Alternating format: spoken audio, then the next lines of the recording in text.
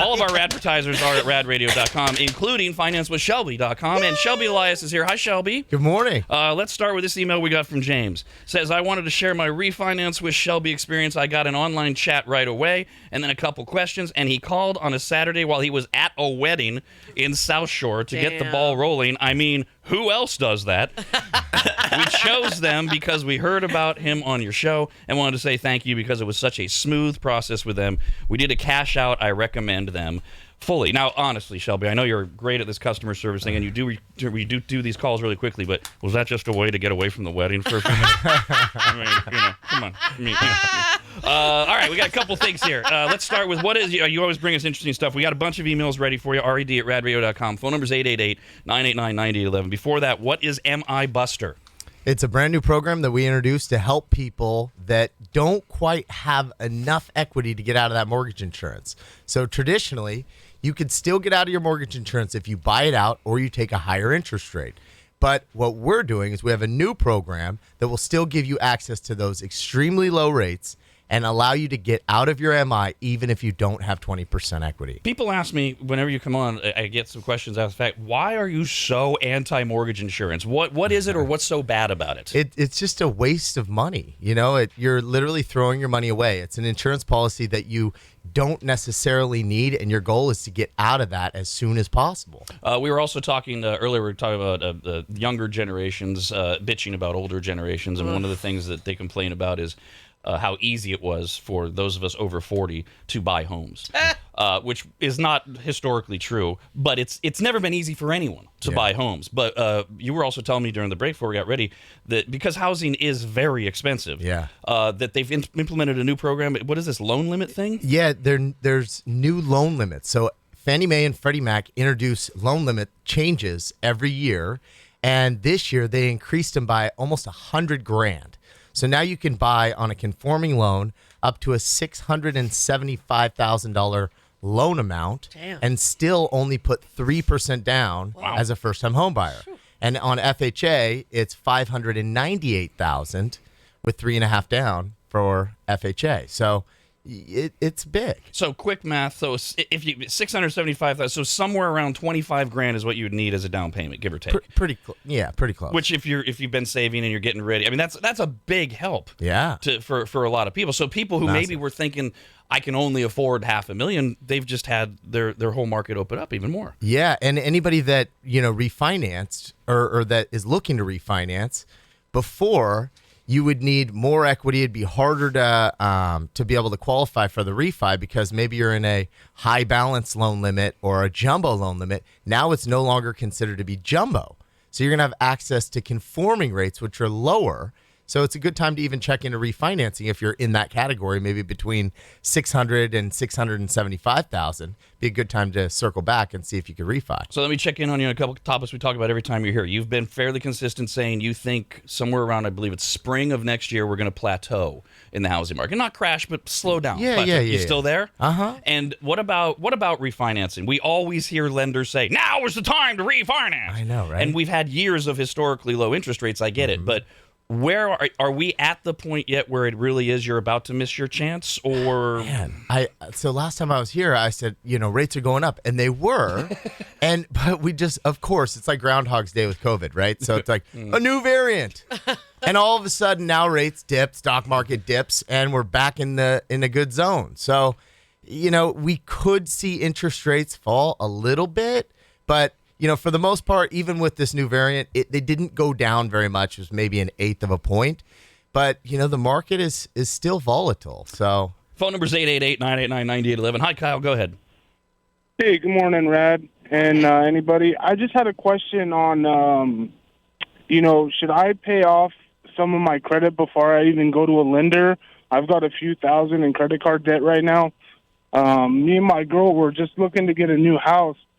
And Queenie kind of hit it on the nail earlier with internet kind of scaring me off. And, I kind of was thinking a little bit about that and, telling me to quit before I even start. And that, got me thinking maybe I should just actually try. Yeah. We were talking about something you and I've talked about in the past about all the limitations that people put on themselves. But what about to his question? He's got a little bit of credit debt. I love that question. I get it all the time, and people say, well, after I pay this off or after I save up X amount of money, then I'm going to call you. And it's really the wrong line of thinking. You want to know where you're going and where you need to go to get there. So you always want to call me first.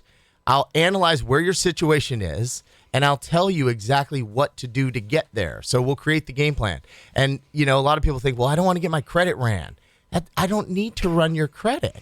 I can look at your situation, and if I need to, we can do what's called a soft pull. It does not even count as an inquiry, and I can look at your credit score, and I can tell you exactly what to do to get there, and then we'll circle back. But it's a great question. Don't wait. Always reach out and come up with a game plan up front. We talked about this one of the last times you were here because my wife and I refinanced with you, and you guys, your team has this formula where as we get through the process, you'll text us and say, I need you to pay this very specific amount, $78 on your Apple card. Mm-hmm. And I'm like, why?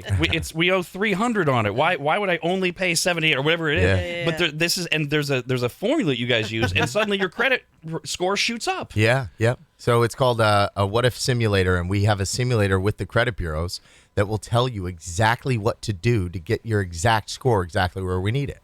We got this email, rad@radradio.com from Lauren. Hey, Lauren. Says, my husband and I bring home approximately $3,500 a month together. He just started working again after a 2-year break after suffering a heart attack. I'm about 2 years into a great medical job. My credit score has increased to about 650 over a few years, and he has always had good credit. We're interested in a first-time home, but we don't have much of a down payment. What do we qualify for, and how do we come up with a down? Yeah, so we talked about this before. We do have a down payment assistance program that will actually pay your entire down payment and your entire closing costs.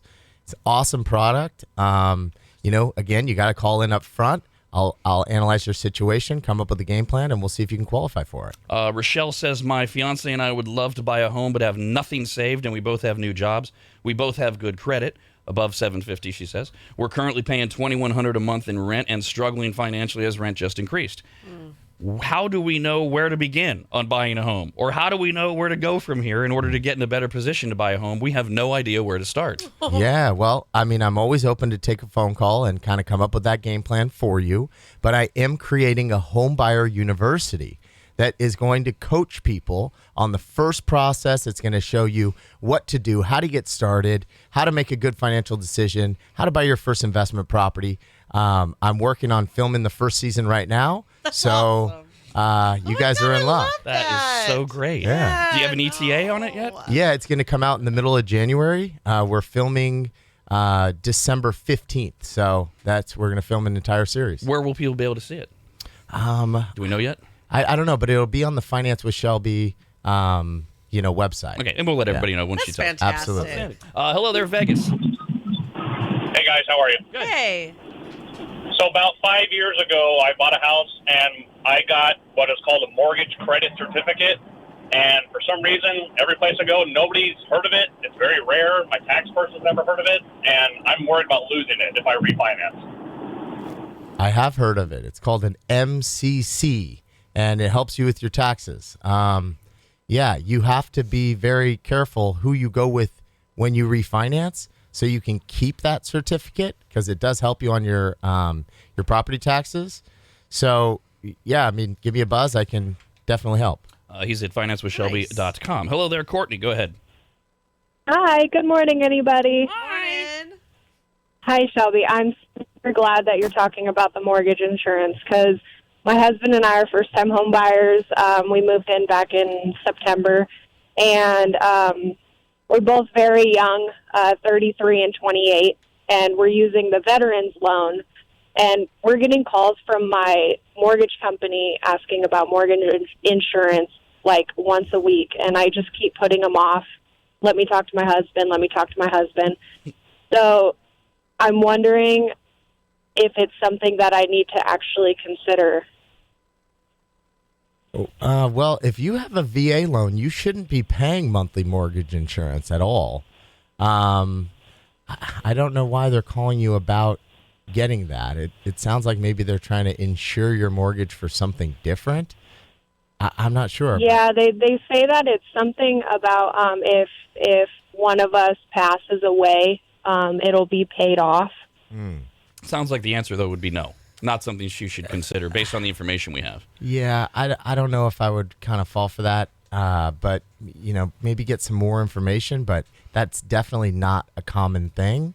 So I don't know if it's kind of scammy or not. You can call me, but So many scams out there. There are. Man. There are so bad. Many. Michael just emailed in and said, I just bought my home 3 months ago. It appraised for more than I bought it for. Can I do anything yet to cash out or try and get rid of mortgage insurance? 3 months, man, that's pretty quick. It depends how much that how much equity that you think that you have. But it's always worth checking in, and who knows? Maybe you went with a lender that gave you a higher interest rate. Maybe I can just beat their rate right there. We got this from TJ. Says, I wanted to just share my experience with Shelby and how a 4-minute phone call with him gave me what I needed to do to proceed with a cash refi on my house. I just closed on it last month, paid off a credit card and a high-interest loan, and pulled out money to replace my roof and do some remodeling. Oh, my God. My experience was nothing but the greatest, professional, and smoothest process I have gone through. Exciting. Thank you both, Rob and Shelby. Oh, I love it. Phone number is 888-989-9811. Hello there, Chris. Hi there. Hi, anybody. Hi. So I had a question for Mr. Shelby over here. I am 27 years of age. I make about $4,000 a month, and I'm looking to buy my first house. I have heard both sides of the fence. Some people say that right now the housing prices are extremely high, but interest rates are low. And if I buy a house, I'm most likely going to lose about $100,000 of equity once the market flips. I've also heard that you should wait and buy a cheaper priced house at a higher interest rate later down the road. What's your opinion on that? Oh, man. There it is. Don't sit on the sidelines. They've been saying that for like 5 years. Right. Right now, if you look at Housing Wire, they just came out with an article that said we are now in a housing crisis. So what I was talking about with the inventory thing, that you can't catch up. So this is not something that you're just going to sit on the sidelines and pray that it's going to go down anytime soon, especially with inflation. I mean, you want your money to be in a hard asset like a house. So I would say you want to get pre-approved to buy a house as soon as possible. And don't worry as much about the equity position. Always just worry about what your monthly payment is. You should never sign up for a monthly payment higher than what you can afford under all circumstances. If you lose your job, do you have enough in your savings to carry you through that period? If the answer is no, look at every single possible worst case scenario, and that will tell you your answer if it is the right time to buy a house or not. And there are a million cliches in the sports world about how far you get on the sidelines. Yeah. We got this email just now. Says, I have a question for Shelby about refinancing. Basically addresses what you just said, but in a different way. I currently have about 50% equity on my house. I don't need the cash, but I'm worried about losing all the equity in a crash. Would it be viable to cash out refinance and just sit on the cash, or should I just let the equity sit? Yeah, man. So right now it depends on what your interest rate is. If you have a 3% rate, essentially the equity in your house is only earning you 3%. So if you're going to take it out and let it sit in your bank account, well, that's earning you far less than 3%. So I wouldn't recommend that. But if you put it in the stock market or something, even some bonds or something more secure, you're going to earn more than the 3%. So that's a safe bet, and you'll always have access to that cash if it's sitting in bonds or somewhere else. So I'm a fan of that. I know a lot of people aren't, but I am. And then we always talk about, depending on what your situation is, but the equity can always be used to improve the value of your home. Every time you're here, we remind people, number one thing you can do to improve the value of your home is? Kitchen remodel. Number two is? Master bath. And these things can increase the value of your home by, 60 to 40%? Yeah. And you get to live in them, and you got an even better house to enjoy. But just the way that you're talking to, I hear like a lot of people that have done well with their money, that's like how they talk. They'll be like, make sure your money's always working for you. Yeah. And that's what you're doing with what you're suggesting. Yeah. Because it's not working for you in the scenario you gave, where it's like at 3%. Yep. But it could be working for you in other ways. But, if you're not raised that way or someone's not teaching you that, your mind doesn't go there. You know? The goal used to be to pay off your home. And now with interest rates as low as they are, that's not the goal, and you made a good investment. The only way to access the return on your investment is to refinance and get the cash out. Phone number is 888-989-9811. We're with Shelby Elias from financewithshelby.com. I pulled this email out. I want to make sure we got to this one. It's from Aaron. You and I texted, I think it was on Thanksgiving. I know it was over the weekend, about how thankful we were for everything that we've gotten in our life and how grateful we are. And I know one of the things that we love is then being able to pay it forward or help other people, whether it's professionally or in another way. And when I saw this email, I was like, wow. Aaron says, I want to take a moment to thank Shelby for giving my family and I the biggest holiday blessing anyone could ask for, a home. I'm not talking about a house, but a real home, one that my kids will grow up in, my wife and I will grow old in. To be frank, we had given up hope on ever being able to buy a house in California. We're both from here, but briefly moved to San Antonio, Texas due to jobs. We bought our first home there. 2 months after we moved in, we got hit by a tornado and had to live in temporary housing for 6 months while the house was being repaired. 2 months after we moved back into the house, we found out we were pregnant with our son, and my wife lost her job. Trauma, jobless, a baby on the way, very few friends, no family. I made the decision to move us back to California. We lost all our cash in the Texas house when we sold it a year later. So here we were in California, having to start all over from the beginning to scavenge and save, and it felt impossible to buy a home again. We had given up until I heard Shelby on your show. Rob, I've been a listener since 1999 when I was barely in high school. I've always looked up to you and your advice like a second dad. So when you recommended Shelby, I thought, hey, never hurts to ask. Let me tell you, Shelby and his team are miracle workers.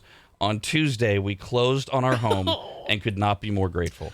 Seriously, your listeners need to hear this. You can buy a home. Pick up the phone. Call Shelby. He will make it happen for you. Wow. What that? Jeez. Frame that thing. That's like bone chilling. It is. Spectacular. It's beautiful. Hello there, Christine. Good morning.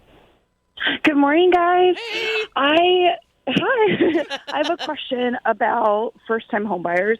My husband and I, 5 years ago, bought a home, lived in it for 3 years, and then sold it because we were upside down. Our rates went way high, and it became crazy, and we paid off all our debt. We've been out of the house for 2 years now. Would we win, or could we ever qualify for a first-time homebuyer again? After 3 years, you can now qualify again as a first-time homebuyer. But, you know, you would be shocked. I mean, one of the first-time homebuyer benefits on a conventional loan is putting 3% down opposed to 5%. But, you know, it's still 5% down. I wouldn't let that hinder you from at least checking into it and come up with a game plan. Sasha just wrote in and wants to know if there's an ideal credit score to have in order to get a first-time homebuyer's loan. Yeah, you really want at least a 660, and that's going to get you there in the best situation. Eric says, curious on your take on the bi-weekly payment methods. I love the biweekly payment method. Essentially, what you're doing is you're separating your monthly payment into two different payments, half of what your monthly payment is. And since when you pay it that way, you're going to come up with one extra payment per year towards principal. So it saves you money, and it doesn't necessarily cost you any more money to do that. So it's a great option. You have to call into your lender and tell them that you want to be on the biweekly payment program. That's very important. You can't just do it on your own, but I think it's a great avenue. So you're not paying your payment twice. Let's say your mortgage is $5,000. Use even numbers. You're paying $2,500 on the first, and then $2,500 on the 20th or whatever. Yep, whatever you set up with your lender. Yes, and that's how you get that extra payment. And the importance of that is bringing down what you owe on the home in totality. Yeah. Phone number is 888-989-9811. Hey, Rob. Hey. Hi, morning, guys. Morning. Shelby, I had a question for you. I know you're in Sacramento. How far north do you service? So I can go anywhere in California. So as long as you're in California, give me a buzz. But I'll service anywhere in California. Samantha wrote in to say, my boyfriend and I want to start looking to buy next year. I'm trying to rebuild my credit from a divorce, and he is building his credit. Both our scores are in the mid-600s right now. We will be using his VA loan initially, but since we're not married, we're concerned he will not be approved for the amount we are hoping for. What do you suggest in this situation? Get married. Play that for him, Samantha. Lisa wrote in and said, we currently have a 25-year conventional loan at 2.75%. Does it make sense to refinance and pull money for a bathroom remodel and more updates on the kitchen since we have about $250,000 in equity? That's a pretty good number, 2.75%. Yeah, and so a lot of people, that's what they get held up on. They say, oh my gosh, I don't want to touch my 2.75. And the difference between going from a 2.75 to maybe a 3.2, is not that much. And the amount that you're going to be able to gain on that kitchen remodel, that bathroom remodel, is going to far exceed the little dinky interest savings. Denise says, we want to get our house refinanced, but not sure if it's worth it. We bought in December of 2019 for $350,000 with a 3.7 interest rate. Now our house is appraised at $480,000. Should we refinance or just ask our mortgage lender to remove mortgage insurance? That's a good question. You kind of need more details. If it's just a matter of, getting rid of your mortgage insurance, then maybe go that route. But you got to kind of know more about it to really answer that question. Hello, Randy. Hey, I just recently did my refi in August, and I got down to 2.99, and then my daughter decides to drop a bomb that there's a wedding coming, and I'm like, ah. So but you just, I think, answered that question in the last email. So the new rate now, it's in the 3%. Is it wise for me to just go ahead and pull the money out that I need? Yeah, because how else are you going to get those funds? You don't want to borrow them on a credit card. And, it really depends on, you have to analyze it based on what does your new payment look like. If you're comfortable with that new payment, then sure, don't necessarily play as much into my interest rate is going up, so I don't want to do this. Think about it more along the lines of how much money is this going to cost me to take these funds out? What's my new payment look like? If your payment's good, then I would absolutely say yes. Take the money from the equity in your home and have an awesome wedding for your daughter that you'll never forget. We got a follow-up question on the biweekly plan. Jamie says, what if your lender does not allow you to do biweekly payments? Is there another way to do that? No, you got to refinance with me so then I can get you in biweekly payments. Bingo. Lauren says, I've heard there's going to be a $15,000 tax credit for first-time home buyers that will be passed in the next 2 years. Is that true? Haven't heard that. It's probably something that maybe your friends are talking about. Yeah, that sounds like a floater. Facebook. Yeah, exactly. Curtis says, here's my Shelby story. I emailed Shelby a few months back about refinancing, and he responded to me on a Saturday while on a fishing trip in Alaska. I remember that trip. Yeah. I wasn't there. I remember seeing the pictures. Says, amazing dedication and work ethic. The process was amazing and quick. We originally refinanced to possibly put in a pool. Yes, Rob, I know that's a stupid idea. Oh, but if you like it. Right. It's a quality of life decision. Exactly. It's all I do is caution people, you don't think that it's going to drastically improve the value of your home, and it cuts half the market out because a lot of people don't want pools. Anyway, says, we have since abandoned that idea. Yay! And I would like to look into purchase an investment property. Much better. Yeah. Sounds like Shelby's video series that he's putting together will be super helpful, but can he provide any advice for my wife and I as we start looking around for an investment property? I know this gets your juices going. Absolutely. I love that. I actually just did a webinar, an investor webinar, where I broke down how to purchase investment property, how to access the cash in your house, redeploy that cash into an investment property in Nashville, and how to break it all down to know if it's a good deal.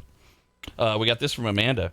Says, how does Shelby know, you mentioned this on your last visit, how does Shelby know he'll make 20% on a real estate investment? We're looking to potentially do that when we have a bit more money and possibly buy a rental, but it seems a bit overwhelming. What types of investment does he do? You made a comment about trying to evaluate and you partner with people, and if you thought it was a 20% return, she's like, how do you know? Yeah. So this is something that I'll cover on the Homebuyer University that I'm creating, but there's a way to just break the investment down so you can calculate your return on your investment. And that's what I can help show you. Hello there, Mike. Hey, guys. How you doing? Hey. What up? Great. Hey, so my question is, I own my house. I owe about $170,000. I bought it 5 years ago, but I want to pay it off as soon as possible. Am I doing something? I mean, am I doing the right thing, or should I take the money and invest it somewhere else? It's hard for me to advise that, but you know, if you have all this equity in your house, like what I guess the best way that I could describe this is, if you paid off your house, you still have to pay your property taxes, you still have to pay your home insurance. Paying your house off is not going to provide you with the retirement that you want. I can promise you that. So, you know, while you have the opportunity, it might be wise for you to take that cash out with a low interest rate and redeploy the cash to get a better return on your investment. And you lose, to whatever extent that it's helpful, you lose any type of interest rate deduction on your taxes and things like that. Pedro just wrote in and said, how much equity do you need in your property before refinancing? We recently purchased our home and already have a bit of equity, but how much minimum equity is needed to be worth refinancing? I would say if you have 10% down or 10% equity, that's a great time to be able to look at either removing your mortgage insurance or refinancing to another, a lower interest rate. But you want to have more than 20% equity if you want to take cash out. Good morning, Justin. Good morning. Thanks, Rob, for having Shelby on. Yeah, always. So I worked for a trucking company for 3 years, and then I was 1099, and the last year I haven't done 2019 taxes. But then I switched jobs, and then I got laid off due to COVID, and I was off work for 8 months, and then now I'm back doing work, making about 6 figures. Am I going to be able to I worked part of last year, and then I'm going into next year, but I'm just trying to figure out, am I going to be able to even apply for buying a house? If you're still 1099, you have to make sure that all of those tax years have been filed, but you want to contact me before you file. That way I can kind of tell you what you'll need to claim as income in order to qualify. So again, just call in, let me analyze your situation, and then I'll tell you what to do. I think we really have to hammer that home because people are understandably intimidated by this process. And I think a lot of people, too, believe it or not, they don't want to bug you. And I think we need to let people know that you actually genuinely enjoy talking to someone that you might not work with, maybe ever, or maybe for 6 months or a year. Totally. So don't be shy about it. And all the contact information is at financewithshelby.com. Hello there, Veronica. Go ahead. Hey, guys. Hey. My husband and I bought our house 2 years ago, and we've been on a forbearance program for the last 9 months. I called my lender asking what the next steps were to get out of it, and one of their suggestions was to take the past due balance and just put it in a lien on the side with no interest accruing, and we can pay it when we sell the house. We already have 2 of those liens against our house because we did a down payment assistance program when we bought the house, so the other option they told us was a loan modification. And I agreed to that, and I'm still waiting on the paperwork, but then I started researching it, and now I'm a little worried on if it's going to negatively impact our credit score, what happens to my my mortgage insurance, will we qualify to get a conventional loan in the future? I'm kind of second-guessing my decision there. Well, this sounds like a lot of thinking. Yeah. So I would only take the loan modification if you absolutely need it, right? So if that's going to really help you, and you have to go that route, then I would go that route. But if you can afford your mortgage payment, then I would suggest not doing the modification terms and putting the balance that you owe from the forbearance to the back of the loan. That's not going to affect your credit score, and you still have the ability to be able to refinance in the future and buy other homes. We just got this note from Deborah. Says, so we're talking about various home improvements that will improve the value of your home. Your favorites are the kitchen remodel, the master bathroom. She says, is it profitable to put a patio cover on our home? No. That's not a big one. Hello there, John. Good morning. But if you want one. I mean, it seems like it when you're living that way. Right. Yeah, she's dealing with the sun or whatever. John, go ahead. Sorry. Hey, good morning, guys. How you doing? Good. What's up? Hey, just a quick question. If I take all the equity out of my house, am I going to have to start paying PMI again? Go underneath that 20% of equity. No, you won't, because they're going to always make sure that you keep 20% equity. You can't take any more than that. You always have to keep 20%, so you'll never have mortgage insurance. Hello there, Jeff. Go ahead. Good morning, anybody and everybody. Hey. Probably piggybacking on the last guy there. Well, I was just thinking about getting rid of my mortgage insurance. I think we have like 40% equity. We've refied maybe once or twice.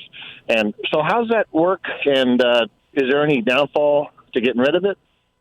No, there is no downfall. You want to get rid of your mortgage insurance, absolutely. So, that's going to, save you money. Hopefully, it'll be a kind of a combo. You can get rid of your monthly mortgage insurance, and you can lower your interest rate. That would be awesome.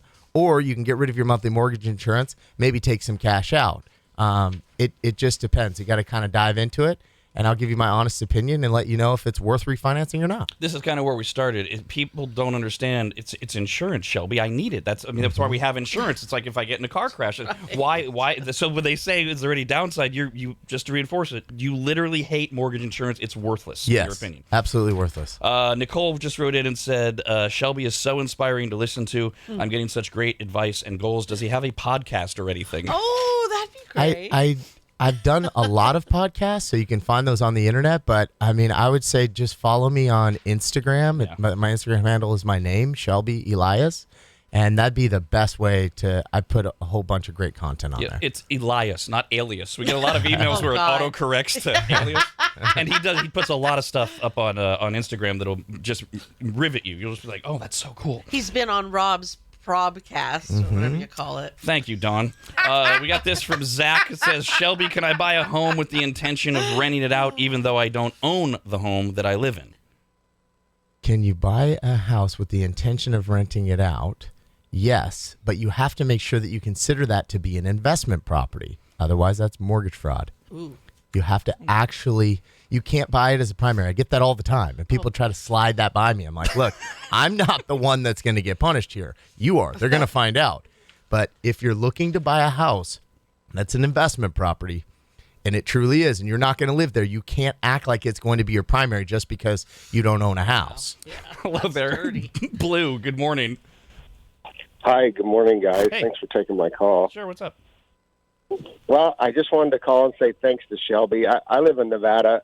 I didn't use any of his services, but I was listening to your guys' show one morning, and he was talking about kitchen remodel, and I'm a super procrastinator, and I've been thinking about pulling equity out for a kitchen remodel. He had got my attention on your show, and then he said, or somebody had called in and he said, hey, if you got the right amount, make an investment, buy an investment property. Well, this light came on for me. Paid off all my debt with a refi, got a super lower interest rate, bought an investment property, making $500 positive cash income off that a month now, rented it out almost immediately. That's so I just wanted to call and say thank you. I don't know you, Shelby, but thank you again for helping me make a great life choice. Oh, I love that. Good for you. That is so fantastic. All right, how about this one from Stacy? It says, I have a question. I'm not interested in spin, right, left. They've taken it on. It's so difficult to find out honest reporting. So I'm wondering if Rob and Shelby can clarify the implications of SB 8, 9, and 10. My understanding is it basically eliminates single-family housing in California, which seems crazy, and that now any of my neighbors can turn their lots into multifamily units, should they choose, as well as no single-family homes will be built in California starting in 2022, and these laws override any local zoning laws. Could you clarify if I have this correct? What are the implications on the housing market, my neighborhood, and my home value? Yeah, I love SB 9 and I hate it because that is exactly it. So what SB 9 is essentially doing, remember I said that we are in a housing crisis. There's not enough homes and we can't build them fast enough to catch up. So at first they introduced ADUs and said you can build a 1,200 square foot ADU, and they tried to increase housing that way. Well, not enough people took advantage of it. So Gavin Newsom just introduced, it's coming out the very beginning of this year. I think it's introduced in January, where he said, you know what? Now, any single family zoning, you can turn your house into a duplex. And if your setbacks, so if somebody has maybe like a 1/4 acre lot, maybe they have the ability to build another home in back, you could build another duplex. So the plus side is for anybody with an investor mindset. Now you're like, oh my gosh, I can actually go and build a duplex in my backyard. You could subdivide the lot and you can sell that as its own parcel.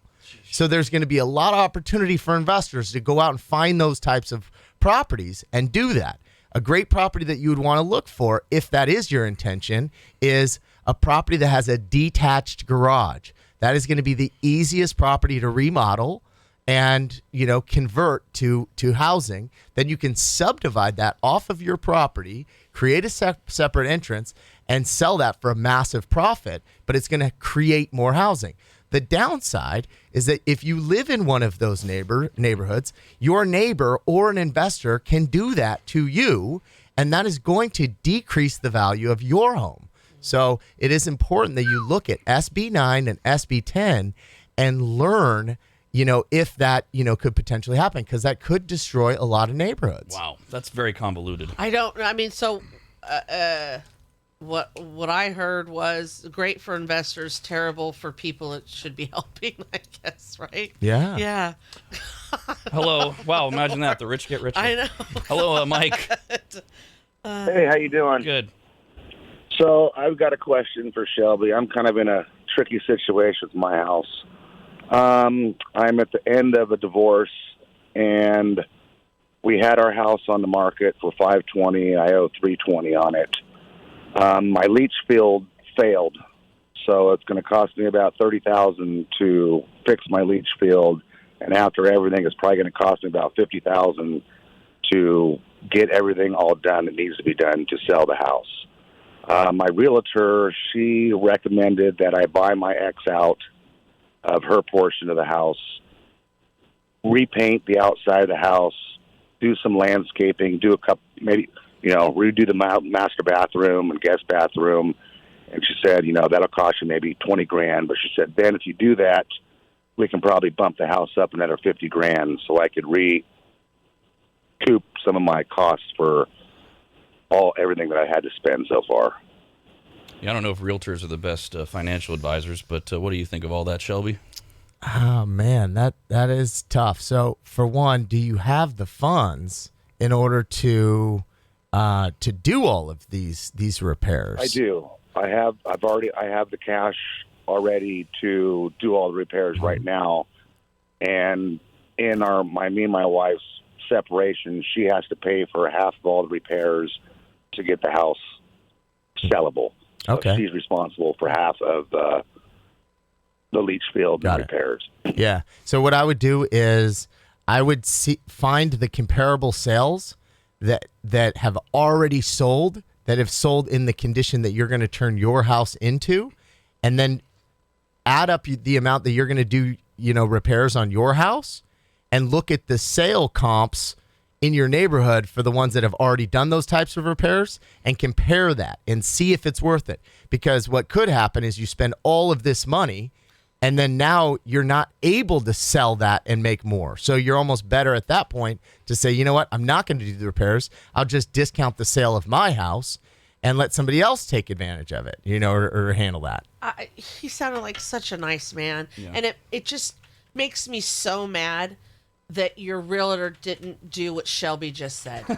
Honestly. Yeah. I don't know what relationship you have with that person. I don't know anything other than what you just said, but I just feel like you've been done wrong in that area. This is a very gentle and not fun process that you're going through, and you deserve to have someone that sits down with you and really looks at these hard numbers with you, instead of just throwing numbers in the air of what they think something's going to cost. Well, and also the reason I made my comment is that person has a vested interest in the advice that they're giving. Yeah, that's you go to your real estate guy about a question about your house, they're going to advise you how they can make more money, unless you just happen to stumble upon the unicorn that is Shelby, who will tell you what the best thing is for you. Yeah. All right, let's end with this one from Lisa. Says, Rob, I just wanted to send a thank you for finding Shelby. I'm in tears as I write this, as I received a random box and just opened it. Shelby sent me a beautiful gift to cheer me up.